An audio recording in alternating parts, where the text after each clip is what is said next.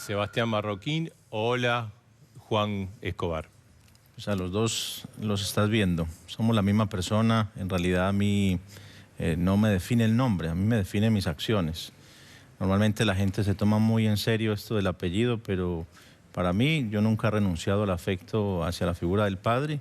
Eso es algo que no negocio con nadie, pero claramente el cambio de identidad obedece a unas amenazas de muerte y a la capacidad que teníamos o no nosotros como familia de recuperar ese derecho a la vida, a la educación y a la libertad que nos permitió obtener ese cambio de identidad.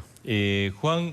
Con las fotografías que así lo demuestran, no son solamente fotografías que demuestran la actividad de mi padre como narcotraficante, sino también la connivencia de diferentes sectores, como el gobierno sandinista en aquel entonces y también la propia CIA, porque las fotografías son tomadas con una cámara oculta que pone la CIA, pero el dueño del avión era mi padre y el dueño anterior del mismo avión era la CIA.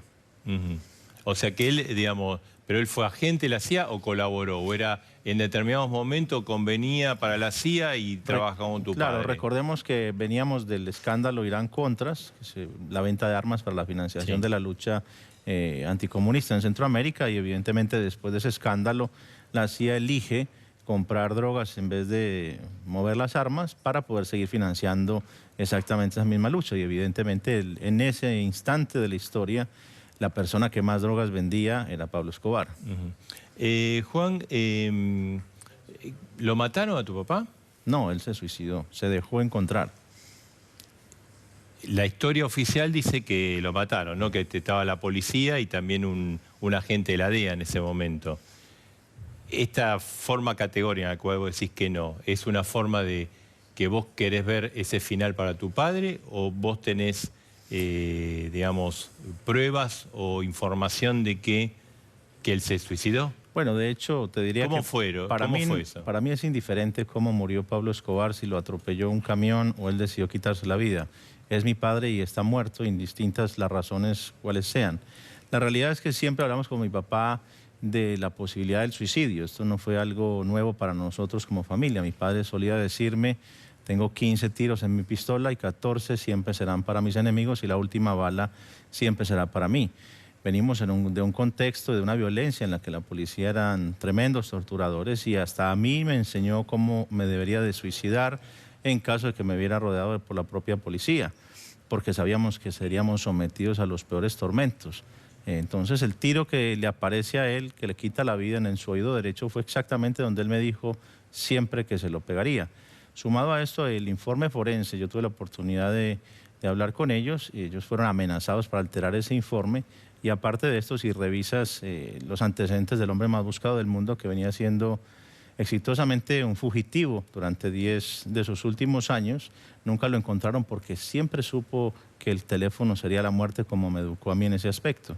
Y ese día Pablo Escobar, pudiendo haber utilizado los servicios de alias Limón para hacer las mismas llamadas, para verificar que su familia estaba bien, decide hacerlo desde su propia guarida, cosa que iba en contravía de la totalidad de esas realidades y ese manejo de la seguridad. Antes, digamos, de que él no tuvo un atentado, ¿no? Que precisamente fue el cartel de Cali, ustedes eran ahí chicos, más chicos. Exacto, de hecho en el Pablo Escobar Infraganti, William Rodríguez reconoce por primera vez en la historia la autoría intelectual de estos, de su tío y de su padre detrás de este atentado, porque durante años lo negaron. Es más, después de esas negociaciones, una de las condiciones de las negociaciones de mi madre con los jefes de Cali, una de las condiciones para salvar mi vida era que yo tenía que retractarme de afirmar que habían sido ellos quienes habían puesto la bomba.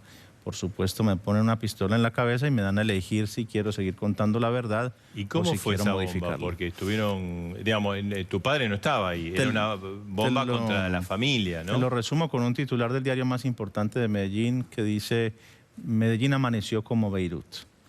Fueron 700 kilos de dinamita con una bomba que tuvo un alcance destructor de los vidrios de la ciudad, 1 kilómetro a la redonda, y que solamente un milagro fue lo que nos mantuvo con vida. ¿A cuántos funcionarios, policías compró tu papá? Te voy a poner un ejemplo en referencia a lo que mostrabas de los cortos del Patrón del Mal. Mi padre, una vez que la policía pone recompensa por su cabeza, él hace exactamente lo mismo. Y mueren 500 policías en un mes. pero quienes más policías mataron en Colombia fueron los propios policías en ese entonces.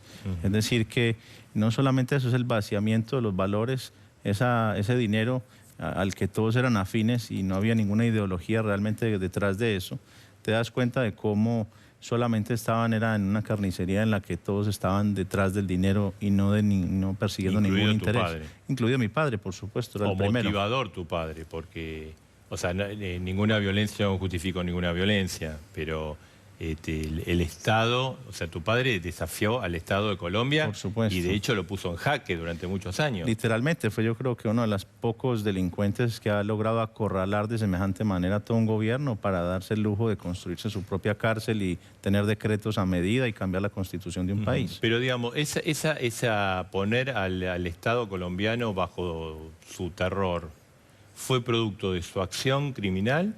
¿Fue producto de la complicidad también de muchos funcionarios de los gobiernos colombianos? Te diría que es una perfecta mezcla entre miedo y corrupción. Mi padre, con su política de ofrecerle plata o plomo a los funcionarios, pues todos rápidamente se elegían pues el metal. ¿Dónde más aprendió duro. a la Argentina, después de esta reunión con el cartel de Cali, después de la muerte de tu padre, vos llegás acá y te transformás en Sebastián Marroquín? ¿Por qué Argentina? ¿Por qué tu familia eligió esconderse acá? Bueno, de hecho no la elegimos. Nosotros teníamos un acuerdo real con el gobierno de Mozambique, en el sur de África. Para entonces fuimos hasta allí. Para llegar hasta allá pudimos hacer una escala técnica de 24 horas en la Argentina. Eso lo único que nos permitió ver era que en el pasaporte teníamos una visa de turismo de 3 meses, como se le dan a cualquier turista que ingresa libremente por este país. Al llegar a Mozambique encontramos un país completamente destruido por la guerra civil. 23 años, no había esperanza, no habían universidades, ni siquiera los supermercados tenían alimentos. Con lo cual era peor nuestra situación en Mozambique que en Colombia, aún amenazados de muerte. Y eso nos obliga 4 días después a decidir retornar, no a la Argentina. Nosotros hicimos el intento de quedarnos en San Pablo, en Río de Janeiro, pero la barrera idiomática pues no nos permitió, no nos hizo sentir cómodos. Y recordando el episodio del visado temporario de 3 meses, para nosotros era toda una eternidad teniendo la vida colgada Juan Pablo, de un hilo. te completo la pregunta de Marina, porque mucho se dijo, ustedes vinieron en el momento de Carlos Menem era presidente acá, Sí. mucho se dijo que ustedes compraron eso, que pusieron plata, así como tu padre puso plata para conseguir muchas cosas, plata al gobierno de Menem para conseguir la posibilidad de estar radicados en la Argentina. Bueno, hubo un gran esfuerzo para que se pudiera demostrar eso, pero no fue cierto. De hecho, nosotros caemos presos y la gran presión del juez Cavallo, que nos mantuvo secuestrados a mi madre y a mí, era los dejo ir libres y declaran contra Menem. Y nosotros pues nunca nos hemos prestado para declarar contra quienes no conocemos. Lo mismo nos hizo la DEA el ofrecimiento de que declaráramos contra Fujimori y Montesinos a cambio de visas o contra los Castro, y tampoco lo hicimos. Juan Pablo, vamos a hacer una vez secuestrada a Michael Jackson. Bueno, esto surge a partir de que yo, cansado de ver a los mismos artistas en la Hacienda Nápoles, le digo que por qué no traíamos a alguien de talla internacional, y me acepta. Yo le sugiero a Michael Jackson como posible personaje, pues que yo era fanático y mi padre también le gustaba, le pareció buena la idea. No se sabía el costo de un concierto privado, pero después, con su mente maquiavélica, inclinada hacia el mal, pues me decía: sí, yo lo voy a invitar, que venga a darnos su concierto, y cuando ya se quiera ir... Vos le habías propuesto que, digamos, venga a la venga en un Hacienda avión, Nápoles. cante y se vuelva a ir. Sí, ¿Y él qué te dijo? Parecía todo muy normal porque teníamos la pista privada de aterrizaje ahí, la cancha de fútbol muy cerca para que él armara todo su concierto, y yo veía como fácil la logística para que él llegue, haga su concierto y se regrese a su país. Pero a mi padre se le ocurre de manera inmediata, automática, que él lo invitaría a quedarse y que la salida de la Hacienda Nápoles le costaría $60 millones. O sea, él pensó traerlo, pagarle... Para que cante y después que él le pague para dejarlo salir de donde había llegado a cantar. Eso no ocurrió. No ocurrió porque la Hacienda Nápoles para ese mismo año fue decomisada por las autoridades.